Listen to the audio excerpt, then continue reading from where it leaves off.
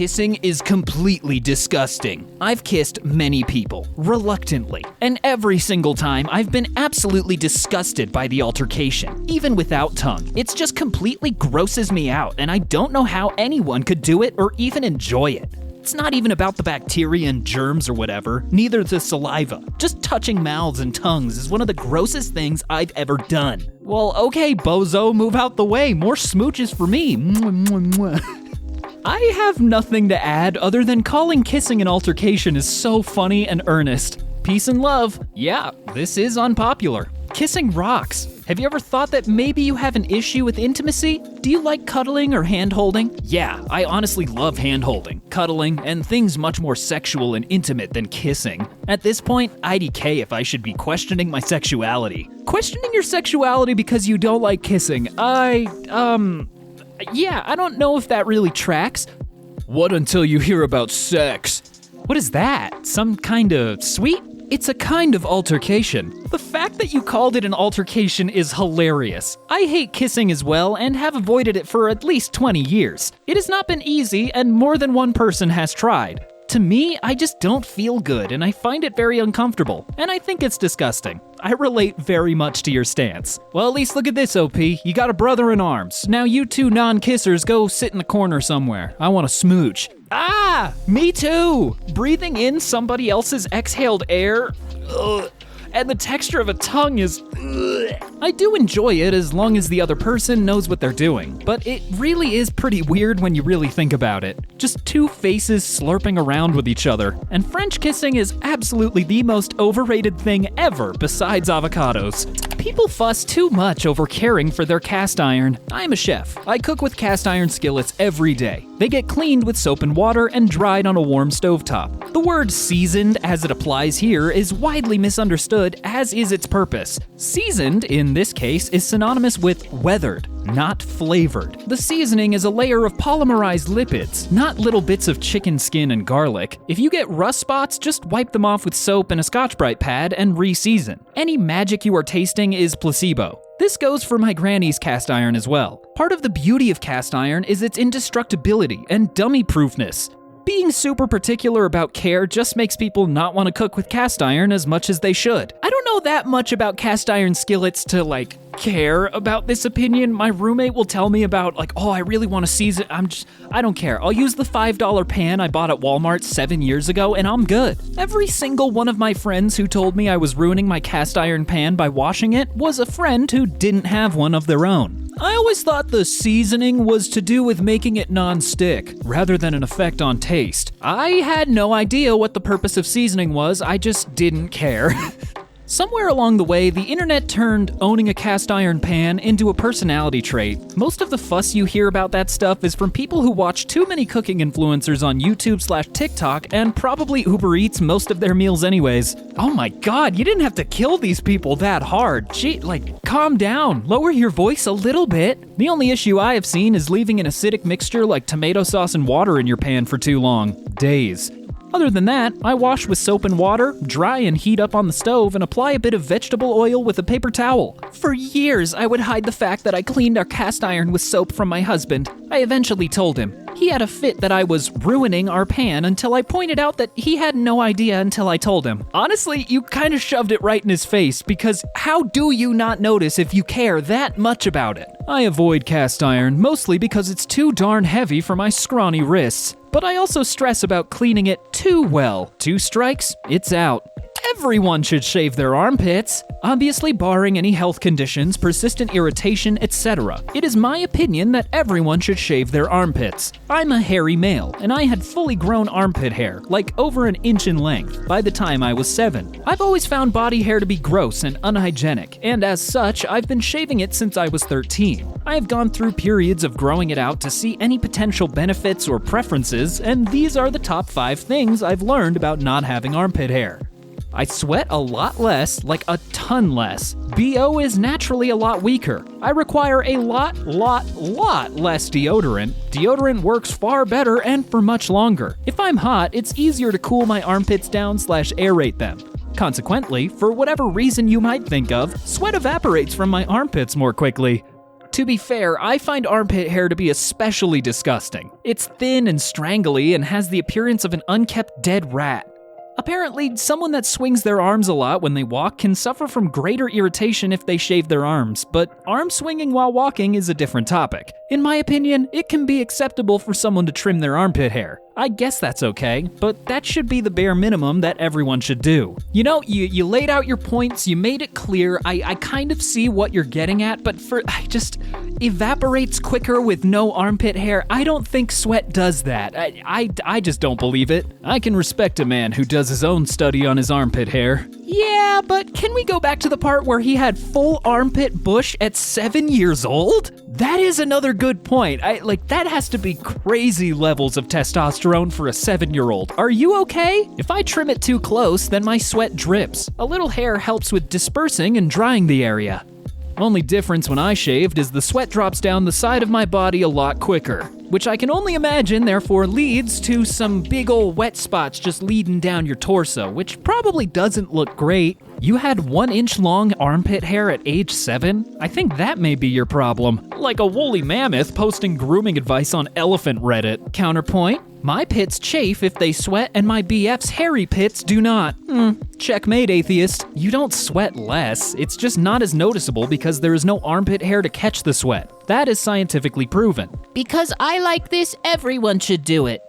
Oh, well, I mean, if you say so, I guess I'll just go shave my pits real quick. No! I'm a woman, and I don't feel the need to remove my body hair for other people's benefit. My legs stay hairy, but I do shave my pits willingly, and that's perfectly fine. It's your body. Who cares? Are we really trying to police other people's bodies? We know that's bad, right? Everyone knows that's bad. Funerals have no reason to be as much a thing as they are. IDK about y'all, but when I die, I don't want people to spend a shit ton of money to cart me around and have a procession or do whatever. I'm gone. It's not like I'm around to care. You don't owe me anything. But it's traditional and respectful. Shut up, please. I don't need you to spend a bunch of money on top of everything else and hospital bills and whatever else is tacked on for an idiotic tradition. If you respect me, show it when I'm alive, not when I can't see it.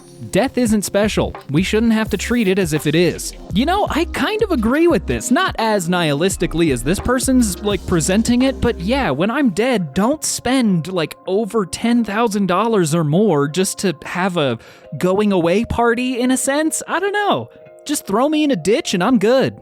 Maybe not actually, but you get what I mean. A nice gathering for my friends and family to mourn and support each other is good. But I'd agree the excessive waste of money on coffins, venues, tombstones, etc. is dumb and very much goes against my values. I don't want my family to be burdened by me after I'm dead. It's mostly just the predatory business surrounding death that I really don't like because, morgues are expensive, coffins, everything is expensive for no reason. They're dead. I don't know. Is that insensitive? Who cares? The cost is gross. That's all. Yeah, lots of vultures feeding off someone's grief and depression. See, it's just too much money. It's not worth it. Funerals aren't for you. They're for the people you leave behind. Be that as it may, I don't want you all gathering up in a church to all look sad at each other and cry. I want you to have, just throw a party. I don't know, get drunk, have fun.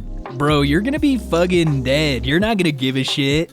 Cremate me and throw a rager in the backyard before dumping me unceremoniously onto the lawn. That's how I want to go.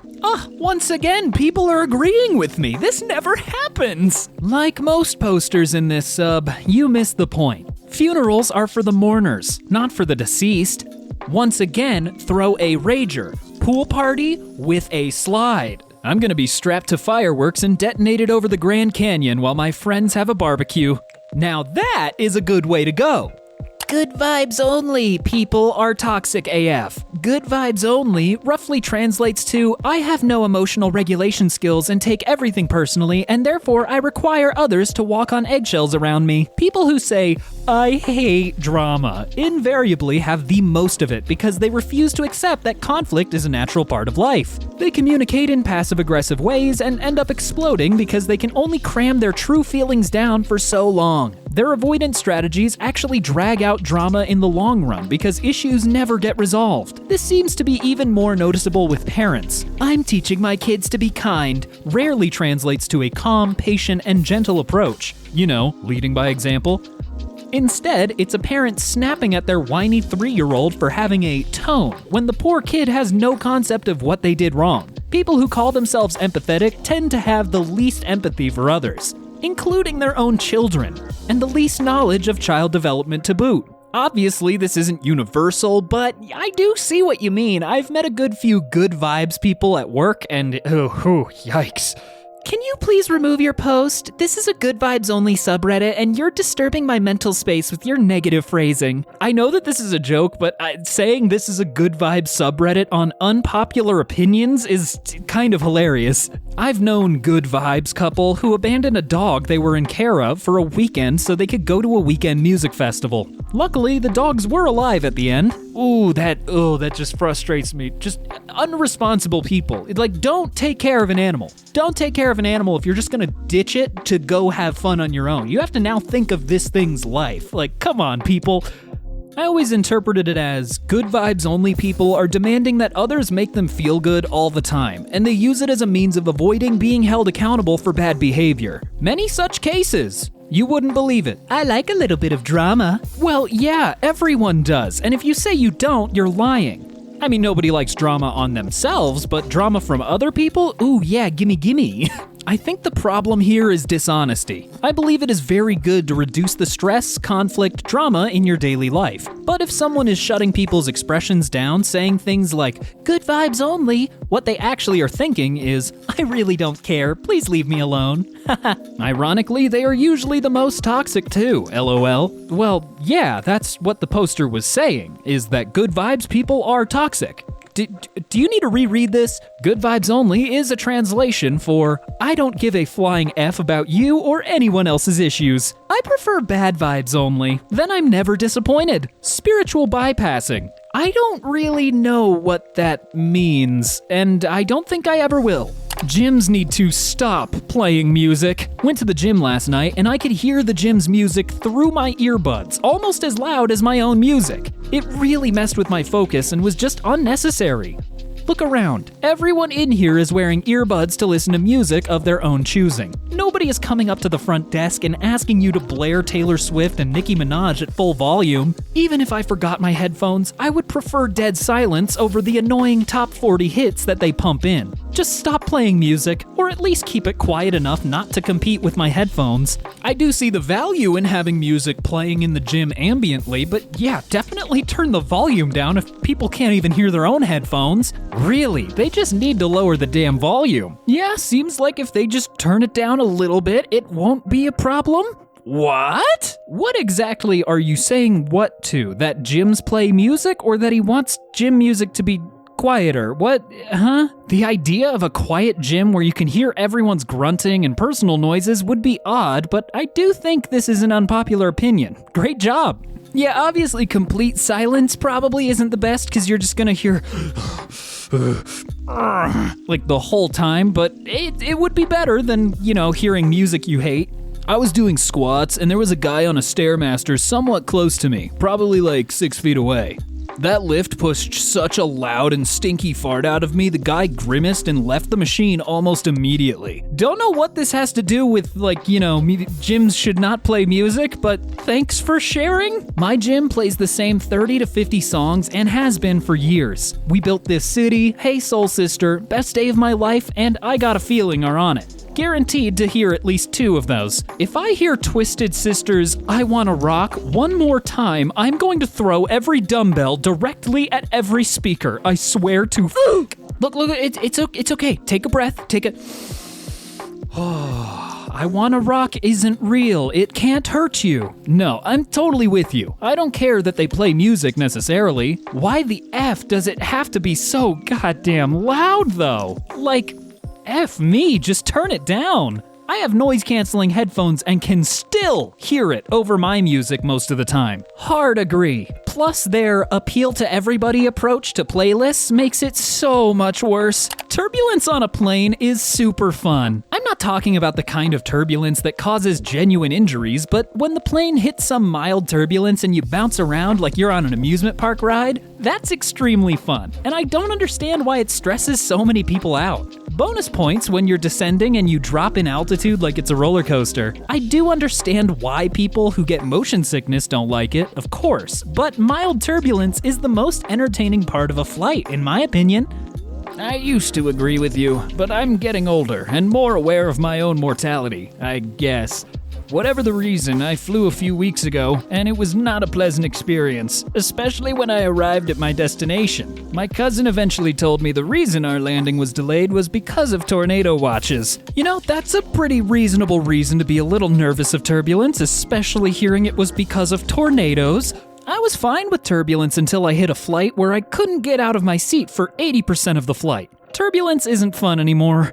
How often are people standing up on their flights? Like, other than going to the bathroom, are you standing in the aisle and doing stretches? They should snap a photo of you when the plane hits turbulence. Then you can buy the photo for $25 when you get off. Honestly, yeah, let's go for that. At least it'll make traveling a little bit more fun.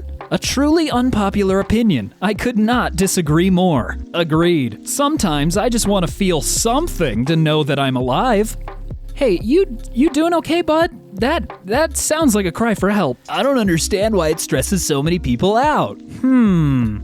I could think of a couple reasons, but we'll just let it sit. I think the usual turbulence isn't enough. I like the put your seatbelt on or you're going to get hurt type of turbulence. Okay, maybe calm down just a little bit. We're not actually trying to get hurt. Most free-spirited people are just irresponsible. Most free-spirited people are just irresponsible a-holes. They rely on and can only exist because of responsible people. Of course, you can run around without a care in the world if you push all your real-world issues off on others. I mean, I'm not fully disagreeing, but I guess it depends on your definition of free-spirited, because it just sounds like you're talking about irresponsible people. And I think there can be a difference. This was my older brother. Now he's trapped in a foreign country raising a child he never wanted with an ex who hates him. Any personality trait taken to an extreme is bad. This is just an example as such. Unfortunately, a lot of people who aren't free-spirited aren't responsible either. Exactly, it's not specifically free-spirited people, it's just people who are not responsible in general. If free spirit in your example explicitly means not responsible, then it's hard to disagree. However, I've known several people who otherwise have the affairs in order, but are generally carefree, spontaneous, and don't let life's problems get in the way. I'm a grasshopper in a world of ants, LOL. The story upset her because she thought the grasshopper did nothing wrong. When you enter a store, you should never be immediately greeted and asked if you need help.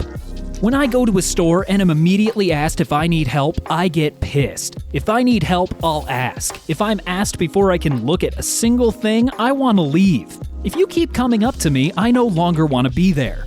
I was just at a store and had to tell the employee I was just looking 3 times before I decided to leave and not spend a few $100s. I've tried to buy something there 3 times, but they keep breathing down my neck, so I left every time. I can kind of see where you're coming from, but maybe overreacting a slight bit. Saying you get pissed off the second they ask if you need help might be overboard. I know it's their job, but when I go into Sephora and get asked over and over if I want help, and before I even pick anything out, 5 people have asked me if I want a basket, I usually just leave. I agree that this is annoying, surpassed only by when you need help, but everyone is so goddamn aloof that you practically have to drag them. Walmart. That is the weird, backwards logic of when you don't need help, everyone's asking, and when you need help, you can't find a single employee. Electronics is like a radiation zone for Walmart workers. I know they have one person posted up in electronics, but they're never there. Unfortunately, most companies have a policy to greet customers within a certain amount of time, and also to follow up with customers. Employees are just doing their jobs. It's the same thing at most restaurants, at least a couple that I've worked at. They make it a big point that as soon as somebody walks in, you need to greet them by saying, "Hello, welcome in, No matter how much it might scare the customer, we have to do it. Bath & Body Works is the worst for this. I get the reason why they do it, but it often feels excessive. I avoid Bath & Body Works like the plague because the amount of stuff they'll put on my hands, I leave with a second layer of grease all over me. Ugh. I swear, there's only 2 types of stores. Ones with employees harassing you every 2 minutes, and ones where you can't find an employee for your life. YouTube videos have gotten too professional. I'm not talking about the ads and the sponsorships that YouTubers have gotten lately and put into their videos, because honestly, a lot of people feel that way. I'm talking about how a lot of the big YouTubers nowadays have a whole team of people. Before, most content creators did everything in a video: script, editing, recording, gameplay, and sure, some creators were better at one of those aspects than others, but to me, it felt more human. Sure, there might be an editing mistake here and there, but it was genuine and human. Nowadays, content creators have a whole ass team. Not just with merch and having an agent, but now this team rules the content. Gotta have a professional editor, or hell, have multiple of them. Script writers, even the gameplay isn't actually the one doing the voiceover. And sure, there are some well-made videos with great editing, but it's just not as human to have someone who edits for a living than someone making vids for fun. It could potentially sound hypocritical coming from, we're a team here at EmKay. But I do agree a little bit. Like, a lot of the motives for people making YouTube videos has changed. I mean, the creative spirit has dwindled a little bit. You don't see channels like Smosh popping up anymore where it's just two guys goofing off for fun. You don't really see that as often. It's because of monetization. Back in the day, people didn't care about it or censorship. I agree, a lot of people's first thought when making YouTube videos is, how do I make money off this, instead of how do I have fun and show it. I don't know, that's a bad explanation, but I hope that tracks. It's awful. Try watching any content that's not PG or G and half the words are censored. Right back to what TV was. It's funny that you say that because that was kind of like a point of YouTube. It was like, we're not censored by the FCC. We can do what we want. Sure, there needs to be some guidelines, but I do think censorship has gone a little too far. That's just me. For every one of them that got huge and now have crews and seasons, there are hundreds of smaller folks doing the same thing they started out doing. Watch their stuff. That's also true. I mean, there are a lot of smaller YouTubers out there that are still doing it for the love of creating. A harder part is that YouTube isn't fully recommending these channels, so it's harder to find them. They're still out there and you can find them, it's just not pumped into your feed. I mean, there's absolutely plenty of smaller YouTubers who produce great content and are far from the high-budget channels you're talking about, and they're really not hard to find. If you don't like the professional vibe, then just don't watch them. There's like a million YouTubers out there to choose from. I don't understand the problem here. When you get to a certain size, it turns into a business. Not to mention, hiring an editor, professional or not, frees up more time to make videos for fun. The fun and humanity of making videos isn't only found in the editing process. Yeah, I kind of agree with this. It is an unfortunate side effect that as your channel gets bigger, you almost have to transition into a business model. You don't have to, obviously, but money rules the world, so that sucks. I miss when YouTube was about regular people having fun instead of just another corporate marketplace. It still is. Just stop watching the stuff you're whining about. I agree and disagree, Power of Attorney. It's easy to say stop watching the stuff you're complaining about, but it's harder when YouTube is actively recommending the slop that we don't want to watch.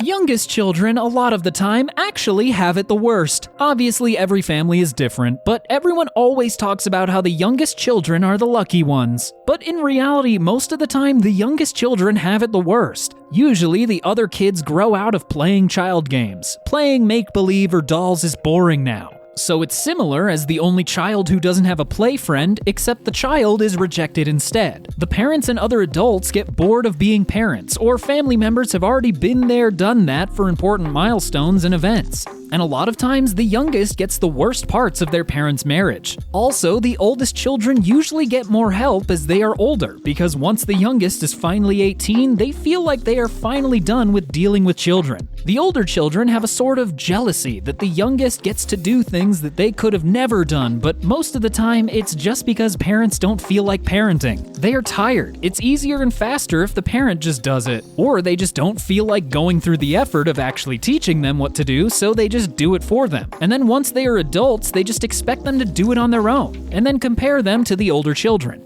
Being a youngest child myself, I didn't really have this similar experience, but there may have been some emotional aspects that could have been left out. I'm not going to get into it though.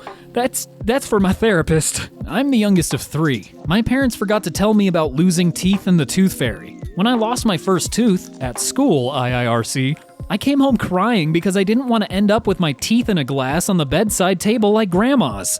As the middle child, I believed that I could disappear for 5 hours and my parents just would not know. My parents love me, by the way. As a youngest child, I have disappeared for 5 hours without my parents noticing. From my experience as the youngest of 5, everyone had given up by the time I came along. There was no discipline or guidance. Everything I owned has had multiple previous owners and was already wrecked. No one ever wanted to play with me. There's never any food for the smallest one. I never had any privacy. Honestly, I could go on. Oh, don't worry, I know that you could go into much greater detail. This comment section is a complete wreck. Each and every family is different, and no child order is the best. I agree that the internet needs to stop dogging on the youngest child, as they are treated the worst a lot of the time. So are the other children. It is a topic that should be treated with nuance and not absolutes. But you see, that's just the curse of the internet. Everything has to be black and white. How dare you try and find the gray areas? I'm the youngest of the first set of kiddos. It's not easy trying to live up to the older siblings. Another good point. There are a lot of families that like to put pressure on the youngest child, like, you need to do better than the ones that came before you. It's like, I just became a human. What do you want from me?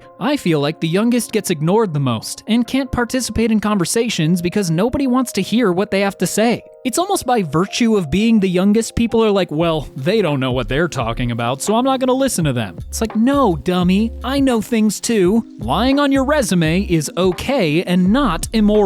Who the F cares? Bosses aren't your friend and want unrealistic experience. Get found out? Oh no, unemployment. It's not illegal. Pay a friend to answer a Google Voice call. Buy a burner and make a fake website. Hurts no one but the company. Edit. Y'all heated for some reason, so I'm not responding from now on.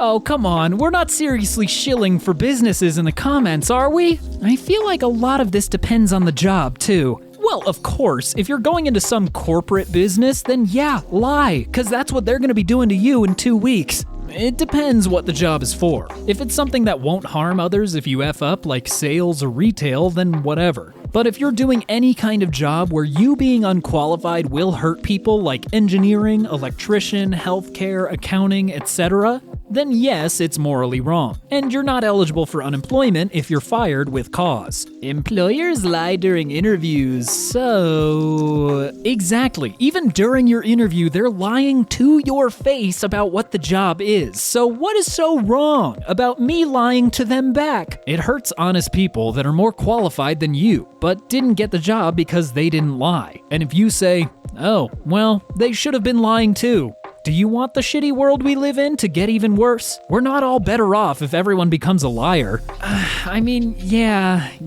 that's kind of a good point. But it is still heavily dependent on what the job is. You're the kind of person people would hate to have as a colleague, i.e., someone incompetent making their work life more difficult. Well, ideally, at most good businesses, they actually train the new employees instead of just throw them to the fire. Genuinely unsure if this is an unpopular opinion. On one hand, I believe almost everyone embellishes somewhat on their resume. Example, exaggerating the scope of certain aspects of past jobs or using highfalutin language to describe mundane duties. On the other hand, I don't think most people straight up lie in the sense of saying they have a degree they don't have or claiming to have worked somewhere they didn't. I think it ultimately comes down to finding that perfect line of kind of embellishing the truth and also telling the truth at the same time. Hurts the other people who also applied to a position? The people who were honest and actually have the experience necessary? Who worked hard? I see your point, but at the same time, we're also dealing with corporations who don't even care about actual experience. They say they do, but clearly if they're passing up the honest people, they don't care. And I would like to state once again, this is my opinion. I didn't pass Business 101, so I don't know anything. It's literally fraud. If we are entering a new employment contract and you lie about your ability and experience, you have defrauded me. The same as if I were to lie about your job description. It's immoral when they take the spot of a more qualified candidate who was honest. Padding your resume is expected. Outright lying is usually a disaster waiting to happen. That's why you have to learn to embellish just a little bit here and there. Don't full-on lie about things you've done, because it can come back to bite you. Here's another unpopular opinion. I love it when the video ends, cause now I get to go eat some corn dogs. Thank you all once again for watching. My name's Brandon. You know the drill. Bye!